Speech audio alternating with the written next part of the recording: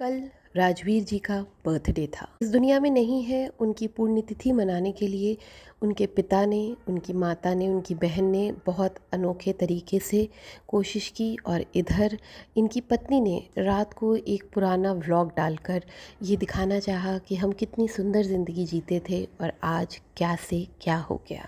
नमस्कार, सुप्रभात, good morning. मैं आपकी मंजरी आज फिर हाजिर हूँ ब्लॉगर्स रिव्यू पर और आज हम लोग बात करेंगे सपना के सेकंड हस्बैंड राजवीर की पुण्यतिथि पे जो भी इन लोगों ने किया और क्या, कैसे और क्यों किया, इन सारी चीज़ों पे डिटेल बात करेंगे।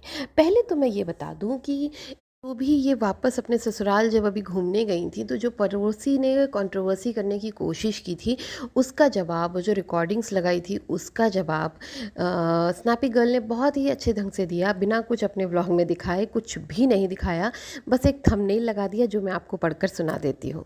Of looking at others house, इस टाइप का कुछ है इंग्लिश में। इसका मतलब ये है कि दूसरों के घर में झांकने से बेहतर है कि आप अपने घर पे ध्यान दें। इस तरह का कुछ थंबनेल लगाया और अंदर सिर्फ बच्चों की हंसी ठिठोली, बच्चों का खेल कूदना दिखाया है।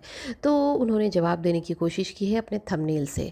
उसके बाद आता है राजवीर जी का बर्थडे। तो उधर से उनके माता पिता उनका बर्थडे सेलिब्रेट करने के लिए गरीबों में खाना बांटते हैं, घर में भोग लगाते हैं और क्योंकि उन्हें उनका पेट ऑगी बहुत पसंद था तो उसे भी उसके पसंद की चीज़ें खिलाते हैं और अपनी तरह से जो भी कर सकते हैं पुण्यतिथि पे वो सब कुछ करते हैं। इधर पत्नी जी कुछ खास नहीं करती।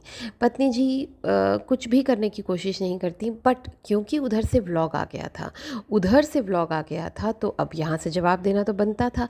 तो हमेशा आप देखिएगा जब इनकी डेथ एनिवर्सरी भी थी ना, तो भी पहले पंशु का व्लॉग आता है कुछ भी करते हुए, मतलब या तो पुण्यतिथि मनाते हुए या फिर उनकी डेथ एनिवर्सरी मनाते हुए, जो भी करते हुए पहले माता पिता के साइड वाली एक्टिविटीज़ दिखाई दे जाती हैं क्योंकि पंशु उसको ब्लॉग बनाकर डालती है, अपना दुख जताती है या कम्युनिटी लगाती है।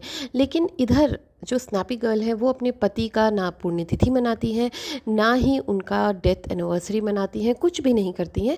लेकिन जब वो वहाँ से व्लॉग आते हुए देखती हैं तो उसके जवाब में उन्हें लगता है कि पति था वो मेरा, मुझे भी उसके लिए कुछ करना चाहिए और ऐसा ना हो कि फेसबुक और यूट्यूब पे दिखने लगे कि यही लोग सब कुछ कर रहे हैं, यही लोग उसके ज़िम्मेदार हैं सब कुछ ठीक से करने के। तो वो अपनी पहल कोशिश करती है लेकिन वो कुछ कर तो पाती नहीं है क्योंकि उसने पूरे दिन कुछ किया ही नहीं होता है उनकी याद में। तो वो क्या करती है, बच्चों को सामने ले आती है, बच्चों को दिखा के लोगों की सिंपैथी गेन करना चाहती है और पुरानी रिकॉर्डिंग लगा देती है। कुछ भी नहीं करती है, पुराने बर्थडेज की रिकॉर्डिंग लगा के कि काश ये दिन वापस आ जाते। हम समझ सकते हैं उनकी दिल की बात। वो चाहती हैं कि अब उनके सास ससुर उन्हें वापस से खुले दिल से अपना लें, फिर से पंशु उनके साथ उसी तरह से रहने लगे। लेकिन जब आप कोई कंट्रोवर्सी करते हैं ना, जब आप चीज़ों को इस हद तक गिरा देते हैं कि आप अपने ही ससुर पे इस तरह का घटिया इल्ज़ाम लगा देते हैं, फिज़िकल वाला, और मतलब इस किस्म की बदनामी कर देते हैं, तो उन भी एक वाइटी वाला ये दुनिया अलग होती है, एक समाज वाली दुनिया अलग होती है। तो वो भी एक समाज में रहते हैं और इतनी बदनामी के बाद वापस से आपको खुले दिल से उसी तरह से एक्सेप्ट करना बहुत मुश्किल है। पहली बार उनके बेटे की ख़त्म होने के बाद उन्होंने अपना दूसरा बेटा आपको दिया, उसके साथ आपने एक खुशहाल जीवन जिया। जो लोग उनके नए फॉलोअर्स हैं वो अभी देख सकते हैं वो कितनी खुश थी। मतलब उनके जो बर्थडे वाला वीडियो उन्होंने शेयर किया है कि वो अपनी फैमिली में खुश थी। वो एक ऐसी शहर में रहते हुए जहाँ पर पर्दा सिस्टम है, जहाँ पर आज भी वो जाती हैं तो सिर ढक कर जाती हैं, पर वहाँ पर वो स्लीवलेस ड्रेसेस पहनती हैं, खुले बाल करके, मतलब बहुत ही मॉडर्न तरीके से जीती हैं। तो इसी से आप समझ सकते हैं कि उनके सास ससुर ने उनको कितनी आज़ादी दी थी, कितने खुले दिल से अपनाया था as a second son's wife. तो ये सारी चीज़ें दिखाती हैं कि उनके पेरेंट्स कितने खुले दिल के थे और हैं।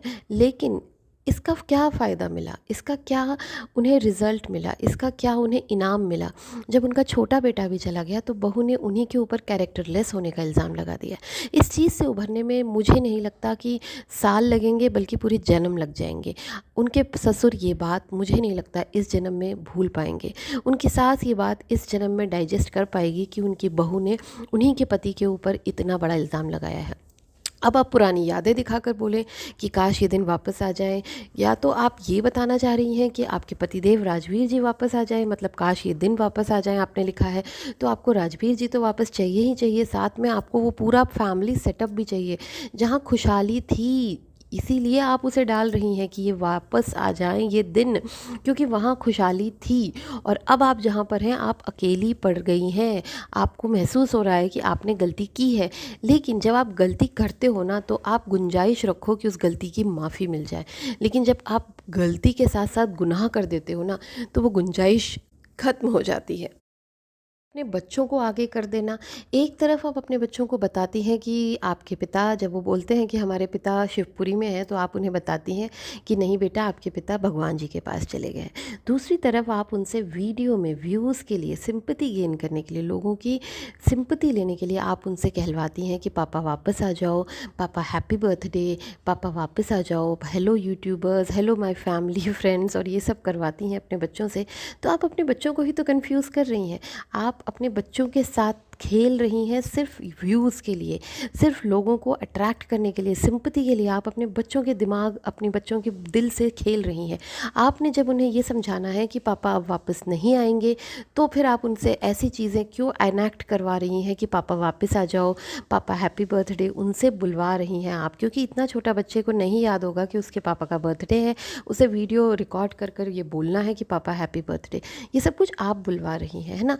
तो अगर आप ये सब करवा रही हैं, जैसे आपने सिखा दिया कि दादा दादी बहुत ख़राब हैं, आपके साथ षड्यंत्र करते हैं, पंचू बहुत गंदी है, उसे फूफू नहीं बोला, पंचू का नाम लिया उन बच्चों ने, तो ये सारी चीज़ें आप ही सिखा रही हैं। कहीं ना कहीं ये आप अपने ही बच्चों के साथ गलत कर रही हैं। आप अपने ही बच्चों को एक ऐसे कुएं में ढकेल रही हैं जहां कभी भी उन्हें उम्मीद से कुछ हासिल होने वाला नहीं है। उनके पिता वापस नहीं आने वाले हैं, पर आप उन्हें एक ऐसी दलदल में धकेल रही हैं जहां वो हमेशा ये उम्मीद करते रहेंगे कि उनके पिता वापस आएंगे। एक पल आप कहेंगे वो भगवान जी के पास चले गए, दूसरे पल आप कहेंगे कि आप बोलो कि आप उन्हें मिस कर रहे हो, आप उन्हें वापस बुला रहे हो, उनका बर्थडे है, उन्हें बुला लो।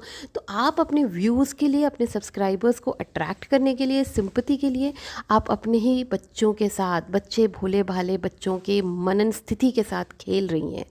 तरफ आपने उन बच्चों को उनके दादा दादी से दूर कर दिया। यहाँ दादा दादी के दुख को तो हम साइड में रखते हैं, वो तो झेल ही लेंगे। जब उन्होंने 2 जवान बच्चों की मौत झेल ली, तो और इतना बड़ा इल्ज़ाम एक बहू के मुंह से सुन लिया और झेल लिया समाज में, तो वो सब कुछ झेल लेंगे। लेकिन आपने कभी अपने बच्चों के बारे में सोचा है? जब पिता का साया उठ जाता है ना, और दादा वहाँ होता है, तो वही पिता होता है। दादा नाना यही पिता का रूप धारण करते हैं। तो आपने तो पिता का साया उनसे छीन लिया।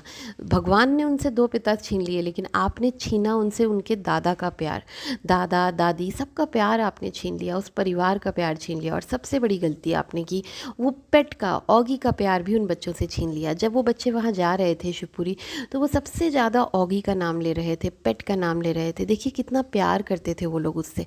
और बच्चे सच में वो उन्हें भी मिस करते होंगे। अगर शायद वो उस परिवार में, भरे पूरे परिवार में रहते, उस पेट के साथ, अपने दादा दादी के साथ, तो शायद वो अपने पापा को इतना मिस ना करते, और शायद ना ही करते होंगे, क्योंकि वो बहुत छोटे हैं, वो भूल जाते होंगे। लेकिन आप उन्हें वीडियोस के कारण, वीडियोस बनाने के लिए, सिंपैथी के लिए, व्यूज़ के लिए आप उन्हें याद दिलाती हैं, उनसे कहलवाती हैं।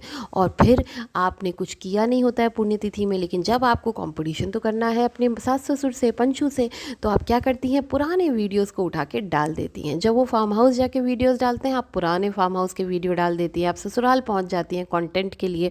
फिर आप क्या करती हैं? बर्थडे, पुण्यतिथि पे आप पुरानी चीज़ें डाल देते हैं। काश ये दिन वापस आ जाते। ये दिन ज़रूर वापस आते अगर आप थोड़ा सब्र रखती और थोड़ा सेंसिबल होकर काम करती। अब भी समय है, अब भी ध्यान रखिए, अपने बच्चों की मनस्थिति पे ध्यान दीजिए, उनके बारे में सोचिए, उनको अच्छे से पालने के बारे में सोचिए। Thank you so much guys for watching this video, and please subscribe my channel. Bye bye, take care.